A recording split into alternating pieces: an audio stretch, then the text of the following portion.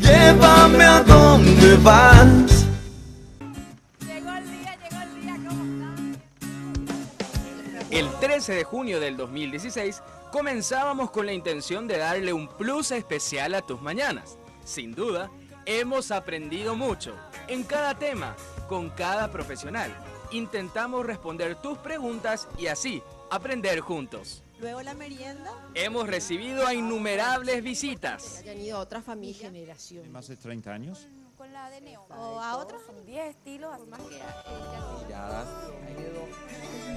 Hemos bailado y cantado.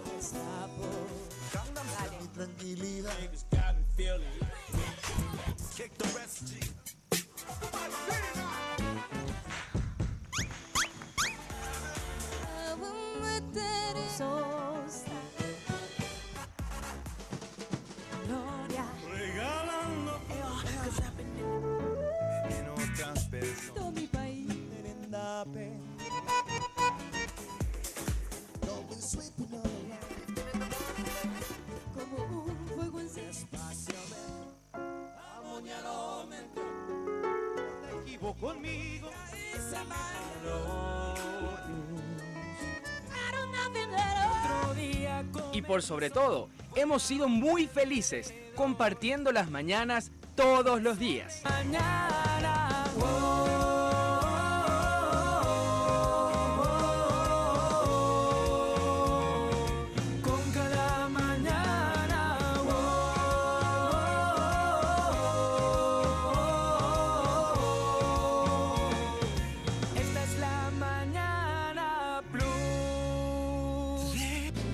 Llévame a donde vas.